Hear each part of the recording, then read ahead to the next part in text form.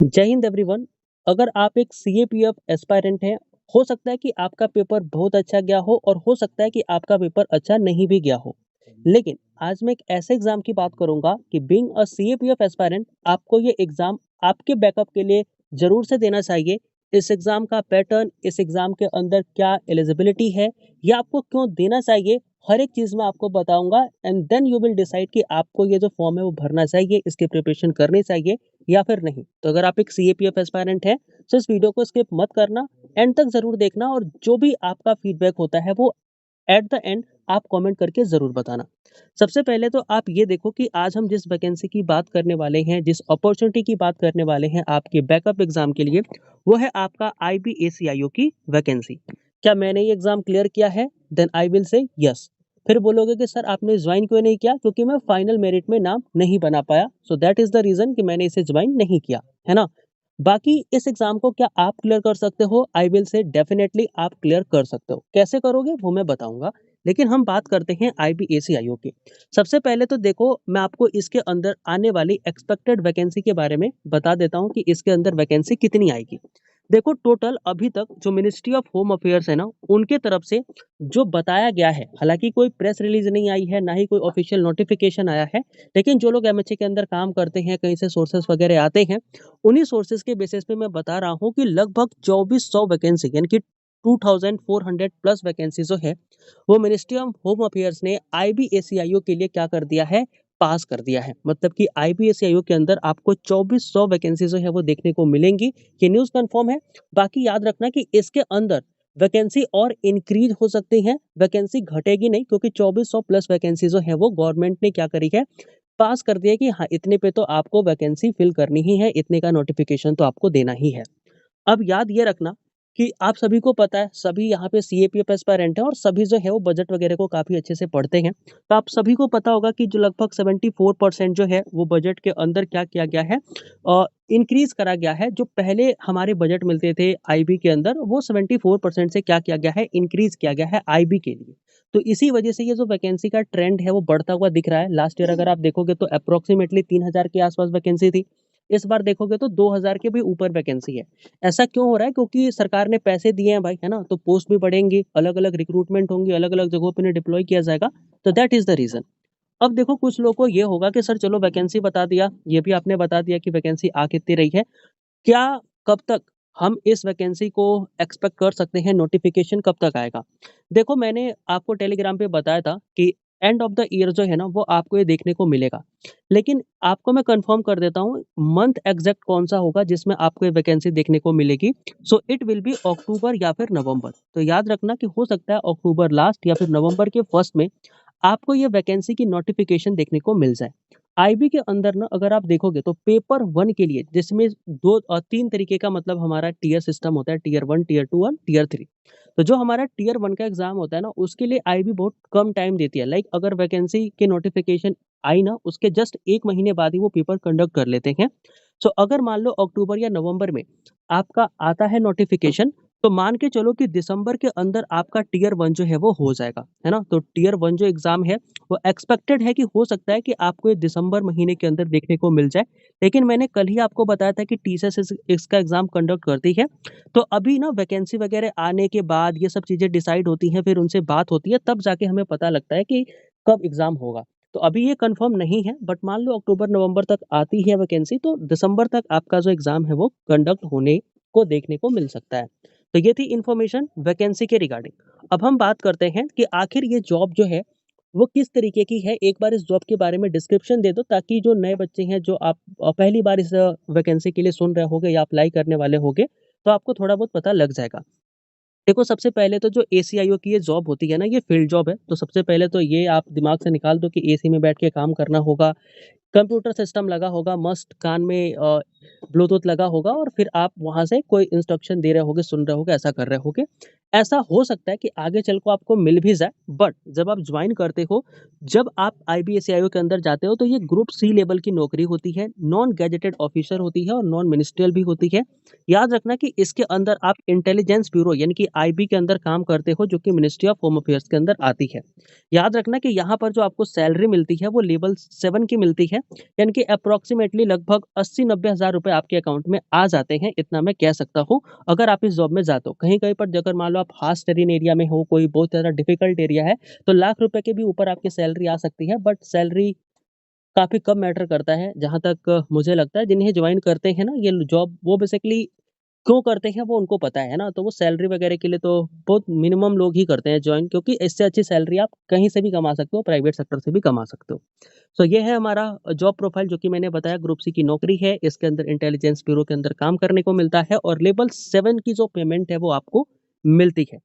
अब यहाँ पर एक चीज़ ध्यान रखना है कि अगर आप इस वैकेंसी के अंदर फॉर्म फिल करना चाहते हैं, तो फिर आपकी एलिजिबिलिटी क्या होनी चाहिए? देखो, इसके अंदर एलिजिबिलिटी काफ़ी सिंपल है कि आपको ग्रेजुएट होना चाहिए, है ना? आप कहीं से भी, किसी भी इंडिया के अंदर, किसी भी रिकॉग्नाइज्ड यूनिवर्सिटी से अगर आपने ग्रेजुएशन करी है, देन यू आर एलिजिबल। इसके साथ-साथ ये कहा जाता है कि आपको ना कंप्यूटर चलाना थोड़ा बहुत आना चाहिए। कम से कम कंप्यूटर ऑन ऑफ तो कर पाओ ना, कोई प्रोग्राम ओपन कर पाओ, तो कंप्यूटर की बेसिक नॉलेज लाइक ईमेल भेजना, रिसीव करना, किसी को टेक्स्ट लिखना, ये सब आना चाहिए। तो वो सभी को आता है आज के जेन ज़ी के जनरेशन में। तो आई होप कि ये सभी चीज़ें आपके अंदर हैं। आप इस फॉर्म को फिल करने के लिए एलिजिबल हैं, क्योंकि आपके पास ग्रेजुएशन डिग्री भी है, आपके पास वो डिज़ायरेबल स्किल भी है, दैट इज़ कंप्यूटर की स्किल। अब देखो, एज लिमिट पे बात आती है, कुछ लोगों को लगता है कि क्या वो इस फॉर्म के लिए अप्लाई कर सकते हैं, उनका एज है या नहीं? देखो, मैं बोलूँगा कि मिनिमम एज जो इस फॉर्म के लिए हमारे पास होती है, दैट इज़ 18 ईयर। अगर आप 18 साल के हैं, तो आप इस फॉर्म को अप्लाई कर सकते हैं, और मैक्सिमम जो एज है दैट इज़ 27 ईयर, यानी कि 27 साल के भी अगर आप हैं ना, तो भी आप इस फॉर्म को अप्लाई कर सकते हैं। अब अगेन यहाँ पर भी कुछ एज रिलैक्सेशन है, जिसके बारे में मैं आपको बता देता हूँ। एज रिलैक्सेशन ये है कि अगर आप अनरिज़र्व कैटेगरी से हैं, तो सॉरी, आपके लिए कोई एज रिलैक्सेशन नहीं है। लेकिन अगर आप ओबीसी से हैं, तो आपको यहाँ पर 3 साल का एज रिलैक्सेशन देखने को मिलेगा। साथ में अगर आप एससी-एसटी से बिलॉन्ग करते हैं, तो आपको 5 ईयर का एज रिलैक्सेशन देखने को मिलेगा, और अगर आप कोई स्पोर्ट पर्सन वगैरह हैं, तो आपको लगभग 5 सालों का जो एज रिलैक्सेशन है, वो देखने को मिलेगा। इसके अलावा देखोगे तो कोई डिपार्टमेंटल कैंडिडेट होता है, तो वो ये जो फॉर्म है ना, वो अपने 40 साल तक के एज तक क्या हो सकता है, भर सकता है। मान लो कोई डिपार्टमेंट एमएचए के अंदर काम कर रहा है, एमएचए के डिपार्टमेंट में है, तो वो इस फॉर्म को ना 40 साल तक भर सकता है। लेकिन उसके अंदर कंडीशन ये है कि उसको 3 साल तक रेगुलर अपनी सर्विस जो है वो पिछली करनी होनी चाहिए, मतलब बीच में कोई ब्रेक व्रेक ना हुआ हो। इसके अलावा ध्यान रखो, अगर कोई विडो है, कोई डाइवोर्सी वुमन है, या फिर कोई कुछ और भी मैटर वगैरह है किसी का, तो इसमें जो जनरल कैटेगरी के लोग हैं उनको 35 ईयर तक एज रिलैक्सेशन दिया जाता है, और जो एससी-एसटी के लोग हैं उनको इसमें लगभग 40 ईयर तक का जो एज रिलैक्सेशन है वो दिया जाता है, मतलब इतने सालों तक वो फॉर्म भर सकते हैं। तो ये था हमारे एलिजिबिलिटी क्राइटेरिया एज को लेकर के, जो कि मैंने आपको बताया। आई होप कि क्लियर रहा हो। अब जैसा कि मैंने आपको स्टार्टिंग में बताया था कि इसके अंदर ना 3 टियर सिलेक्शन जर्नी हमें देखने को मिलती है। सबसे पहला हमारा जो सिलेक्शन जर्नी होता है, टियर 1 का एग्ज़ाम। याद रखना, टियर 1 का जो एग्ज़ाम होता है, इसके अंदर आपका एमसीक्यू बेस्ड टेस्ट होता है, और ये सीबीटी फॉरम में होता है, मतलब कि कंप्यूटर बेस्ड टेस्ट होता है। अभी मैं बताऊँगा कि सिलेबस क्या है, बट अभी आप ये समझो कि स्टेप 1 में आपका टियर 1 एग्ज़ाम होगा, जहाँ पर एमसीक्यू जो हैं उस वो आपसे पूछे जाएँगे। टोटल 100 एमसीक्यू होते हैं, 5 आपके सब्जेक्ट होते हैं जहाँ से क्वेश्चन पूछे जाते हैं।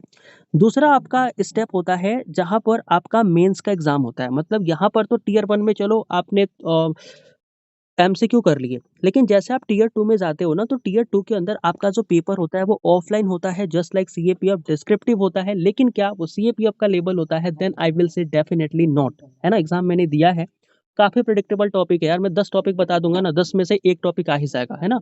तो ऐसा 1 टॉपिक मैं कह रहा हूँ, 2-3 टॉपिक आ जाएँगे उस पेपर में, तो काफ़ी प्रेडिक्टेबल होता है, काफ़ी ईज़ी पेपर होता है, ईज़ी टू क्लियर होता है, आराम से डिस्क्रिप्टिव पेपर जो है वो क्लियर कर सकते हो, बस ये आपकी राइटिंग एनालिटिकल कैपेबिलिटी को ये क्या करते हैं, इवैल्यूएट करते हैं।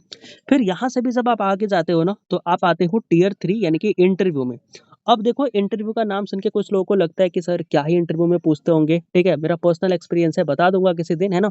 लेकिन इतना भी कुछ नहीं पूछते कि आप बता ना पाओ, है ना? और काफ़ी सिंपल इंटरव्यू होता है, काफ़ी कम टाइम का होता है।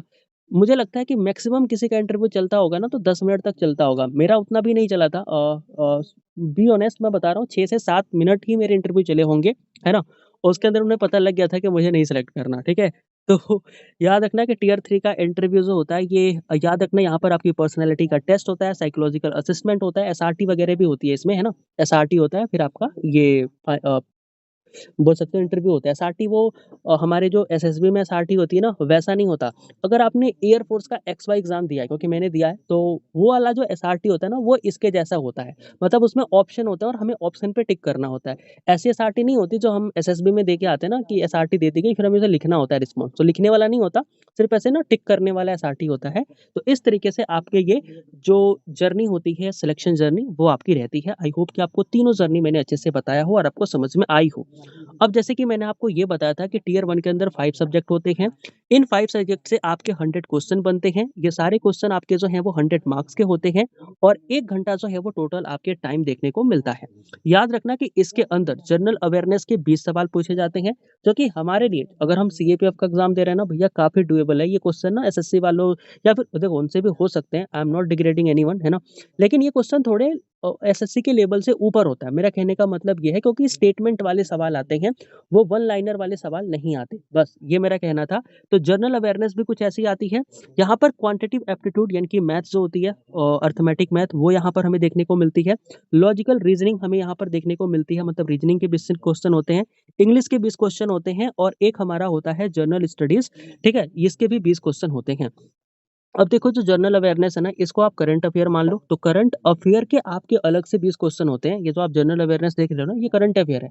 तो करंट अफेयर के 20 क्वेश्चन और जो आपका जीके जीएस होता है उसके 20 क्वेश्चन, यानी कि टोटल 40 क्वेश्चन जो ये आपके आएँगे ना, ये काफ़ी अच्छे लेवल के आते हैं ना। ये 40 क्वेश्चन जो होते हैं, ये काफ़ी अच्छे लेवल के आते हैं और ध्यान रखना कि अच्छे लेवल कहने का मतलब ये है कि स्टेटमेंट वाले सवाल आते हैं, है ना? ये सवाल ऐसे नहीं होते हैं कि आप ना ऐसे केवल जो होता है ना कि एक बुक होती है मैंने ज़्यादा एग्ज़ाम दिया नहीं है यार किसी दूसरे का, मैंने डिफेंस का ही दिया है। तो वो एक होता है ना कि जिसमें होता है कि जैसे मान लो कि 1999 है ना? तो 1919 में क्या हुआ था? तो ऐसे करके वो क्वेश्चन नहीं आते, स्टेटमेंट वाले आते हैं, है ना? तो वो ध्यान रखना।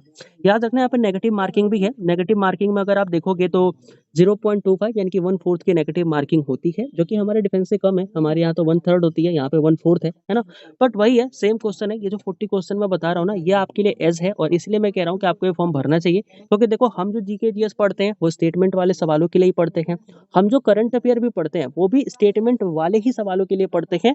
तो यहाँ पर हमारे आउटपुट काफ़ी अच्छा होते हैं। बाकी देखो क्वांटिटेटिव एप्टीट्यूड, लॉजिकल रीजनिंग और इंग्लिश, इंग्लिश भी हमारे ठीक है। हमने सीडीएस वगैरह क्लियर किया है, एफकेट क्लियर किया है, तो इंग्लिश हमारी ठीक है। अब बचा quantitative aptitude and logical reasoning. Reasoning भी यार डुएबल है। मैथ में चलो ठीक है, मैं मान लेता हूँ सीएपीएफ एस्पायरेंट हो आप, थोड़ा-सा मेहनत करना पड़ेगा। तो अभी 2-3 महीने हैं, आप अच्छे से मेहनत करोगे, मैथ भी डुएबल हो जाएगी, है ना? तो ओवरऑल देखोगे तो इस एग्जाम को क्लियर किया जा सकता है। So that's why I will से कि आपको ये फॉर्म भरना चाहिए। अब यहाँ पर देखो कि जो टियर 2 होता है, जिसको मैं डिस्क्रिप्टिव एग्जाम कह रहा हूँ, क्योंकि डिस्क्रिप्टिव भी होता है। इसमें ना आपको एस्से राइटिंग करनी होती है और यही वो एस्से राइटिंग है जो हम तो करते आ रहे हैं भाई, हम तो कितनी प्रैक्टिस कर चुके हैं ना। तो यहाँ पर आपको यही एस्से राइटिंग क्या करनी पड़ेगी, लिखनी पड़ेगी। ये जो एस्से राइटिंग का वेटेज होता है पेपर 2 के अंदर, देखो टोटल पेपर 2 आपका 50 मार्क्स का होता है। इस 50 मार्क के अंदर अगर आप देखोगे तो जो 30 मार्क्स है ना, वो आपको केवल और केवल एस्से राइटिंग के मिल जाते हैं। यानी कि एस्से राइटिंग आपके पेपर 2 में सबसे इम्पोर्टेंट रोल प्ले करती है। यहाँ पर सिर्फ एक ही एस्से लिखना होता है ना? मैं भूल गया, शायद 500 वर्ड का लिखना होता है क्या? कि कोई बताना, मेरे को पेपर देखना पड़ेगा। है मेरे पास पेपर, बट मैं थोड़ा-सा भूल रहा हूँ यहाँ पे। 300 तो नहीं लिखना होता है, इतना आप ध्यान रखो, 300 से ज़्यादा ही लिखना होता है, 400 या 500 लिखने होते हैं और आपको ये लिखने होते हैं और इसके लिए आपको 30 मार्क्स मिलते हैं। फिर आपके पास यहाँ पर आती है कि इंग्लिश का कॉम्प्रिहेंशन आता है, जो कि ऑलरेडी हमने सीएपीएफ के लिए काफ़ी डिफिकल्ट कॉम्प्रिहेंशन करे हैं, तो ये भी कर लेंगे। हमने सीएपीएफ में प्रेसी करी थी ना, यहाँ पर भी होती है। तो इन इंग्लिश कॉम्प्रिहेंशन, इंग्लिश प्रेसी के लिए जो है ना, वो आपको टोटल 20 मार्क्स मिलते हैं। तो इनको भी आप ज़रूर से ध्यान में रखना और इन क्वेश्चंस के लिए मैं कह रहा हूँ कि आपके पास एज है, कोई दूसरी एग्जाम की प्रिपरेशन कर रहा होगा ना, हो सकता है कि वो एसए की प्रैक्टिस नहीं करता होगा, वो इंग्लिश की प्रैक्टिस नहीं करता होगा, वो प्रेसी की प्रैक्टिस नहीं करता होगा। हो सकता है, मैं मानता हूँ कि चलो वो आपके टियर 1 में आपसे 10 नंबर 4 नंबर अच्छा पा गया, लेकिन आप जैसे टियर 2 में आते हो ना, तो आप यहाँ पर थोड़ा और बेटर स्कोर कर सकते हो, थोड़े और अच्छे मार्क्स स्कोर कर सकते हो और उस बंदे को आप लेबल कर सकते हो, मैच कर सकते हो एंड फाइनल मेरिट में आप आ सकते हो। तो इसलिए मैं कह रहा हूँ कि आपको ये फॉर्म भरना चाहिए। अब यहाँ पर देखो, जब फॉर्म भरने जाओगे तो आपको एक फोटोग्राफ लगेगी, है ना? फिर आपके पास एक सिग्नेचर होना चाहिए जो कि है ही। और फीस की मैं बात कर दूँ तो देखो थोड़ा बहुत फीस तो यहाँ पे ज़्यादा है ही यार, सीएपीएफ के कंपैरिजन में देखोगे तो। लगभग ₹600 जो है वो ओबीसी, ईडब्ल्यूएस और जनरल कैंडिडेट को लगते हैं। जबकि अगर आप ₹500 हो, अगर आप फीमेल कैंडिडेट हो, एससी एससी कैंडिडेट हो, एक्स सर्विसमैन हो, तो आपको ₹500 लगेंगे और आप इस फॉर्म को फिल कर सकते हो, है ना? अगर आप पिछली वैकेंसी का ट्रेंड देखना चाहो, समझना चाहो, तो आपको दिखेगा कि जो वैकेंसीज़ है वो लगातार बढ़ती जा रही हैं। 2023 में जब मैंने एग्ज़ाम क्लियर किया था तो उस टाइम पे 999 900 के आस-पास वैकेंसी थी। मैं भूल रहा हूँ लेकिन 900 के आस-पास थी। फिर आपके पास अगर देखोगे तो लास्ट ईयर भी वैकेंसी आई थी 2025 में, तो वहाँ पर काफ़ी अच्छी वैकेंसी थी, लगभग 3000 के ऊपर वैकेंसी थी। फिर जो वैकेंसी आई थी अभी अब जो आने वाली है, वो आपकी आएगी लगभग 2400, तो थोड़ा-सा इंक्रीज़िंग ट्रेंड हमें देखने को मिल रहा है कि वैकेंसी बढ़ रही है। तो ये आपके लिए काफ़ी अच्छी अपॉर्च्युनिटी है, एक बैकअप प्लान आप कर सकते हो कि आपका जो है कहीं न कहीं इस तरीके से इस फॉर्म को भर सकते हो। अब देखो कुछ लोग हमारे अपने ही ग्रुप पे है ना, कुछ लोग हैं जिन्होंने एसए का इंटरव्यू दे रखा है और अभी वो इंतज़ार कर रहे हैं कि रिज़ल्ट आएगा या नहीं आएगा। देखो आईबीएसए के रिज़ल्ट के बारे में कुछ लोग स्पेक्युलेट कर रहे थे कि जुलाई के अंदर आपका रिज़ल्ट आ जाएगा, लेकिन ऐसा नहीं है। अब जो रिज़ल्ट है वो ऐसा बताया जा रहा है कि मिड ऑफ अगस्त यानी कि जो अगस्त महीना आएगा उसके मिड में आपको ये रिज़ल्ट देखने को मिल जाएगा। थोड़ा-सा वही है एडमिनिस्ट्रेटिव डिले यही बोलते हैं, किसी से भी पूछो तो कि इसी की वजह से नहीं आ रहा, तो आपको ये रिज़ल्ट देखने को मिल जाएगा। तो इसके अलावा मैं एक चीज़ और बोलूँगा कि देखो अगर आप इस एग्ज़ाम के लिए तैयारी करना चाहते हो, मन बना लिया है कि हाँ, आपको इस एग्ज़ाम के लिए अपीयर होना चाहिए, पेपर देना चाहिए, तो आप ना वेट मत करो, क्योंकि मैंने आपको स्टार्टिंग में ही बताया कि इस एग्ज़ाम का नोटिफ़िकेशन आने के 1 महीने बाद ही इसका प्रीलिम्स एग्ज़ाम हो जाएगा। तो इसका मतलब ये है कि आपको प्रिपरेशन पहले से करनी होगी। जो आपका थोड़ा वीक सब्जेक्ट है, जैसे कि हो सकता है आपका मैथ वीक सब्जेक्ट हो, कुछ लोगों का नहीं है। I am totally agree with you यार, बहुत सारे लोग ना यहाँ सीडीएस क्लियर करके आ रहे हैं। उनके सीडीएस के मैथ्स में यार 60-70 मार्क्स आ रहे हैं, तो उनका मैथ तो ऑलरेडी अच्छा है। लेकिन कुछ लोग हो सकते हैं जिनका मैथ थोड़ा-सा कमज़ोर हो सकता है किसी की इंग्लिश थोड़ी-सी वीक हो, तो आप थोड़ा पहले से पढ़ाई स्टार्ट कर दोगे, तो जब ये नोटिफ़िकेशन आएगा, आप एक अच्छे लेवल पे पहुँच चुके होगे। जब नोटिफ़िकेशन आएगा ना, आप केवल मॉक टेस्ट देके भी इस एग्ज़ाम को आराम से क्लियर कर सकते हो। तो थोड़ा पहले से ही प्रिपरेशन करना। बाकी इस चैनल पर मैं देखूँगा, अभी पहले बीपीएससी मैं कवर कर लूँ, है ना? बीपीएससी का एग्ज़ाम खत्म हो जाए, उसके बाद मैं ट्राई करूँगा कि आपको इस एग्ज़ाम के रिगार्डिंग भी मैं आपको हेल्प कर पाऊँ, कुछ चीज़ें मैं आपको बता पाऊँ। जो मेरे पास नॉलेज है, जो मैं जानता हूँ, जितना कुछ मेरे को पता है, वो मैं आपको बता पाऊँ, पढ़ा पाऊँ, सिखा पाऊँ। तो दैट इज़ द थिंग जो कि मैं करूँगा। तो अगर आप आईबीएसई का पेपर देने वाले हैं, तो इस चैनल को ज़रूर सब्सक्राइब कर लेना, है ना? इसको उन स्टूडेंट के साथ भी ज़रूर शेयर करना जो कि आईबी के रिगार्डिंग जानना चाहते हैं, समझना चाहते हैं, आईबी की वैकेंसी के बारे में कुछ समझना चाहते हैं, तो ये वीडियो उनके लिए हेल्पफुल होगी, है ना? बाकी डेली एग्ज़ाम अपडेट्स के लिए, फ्री क्लासेस, पीडीएफ वगैरह के लिए आप हमारे टेलीग्राम को जॉइन कर सकते हैं। और जो लोग जो हैं, मान के चलो अगर आप इंस्टाग्राम पे भी हो, तो इंस्टाग्राम पे भी आप मुझे फॉलो कर सकते हैं। बाकी मिलते हैं नेक्स्ट वीडियो में किसी नए टॉपिक के साथ और किसी नई इन्फॉर्मेशन के साथ। तब तक के लिए सभी को जय हिंद एंड थैंक यू।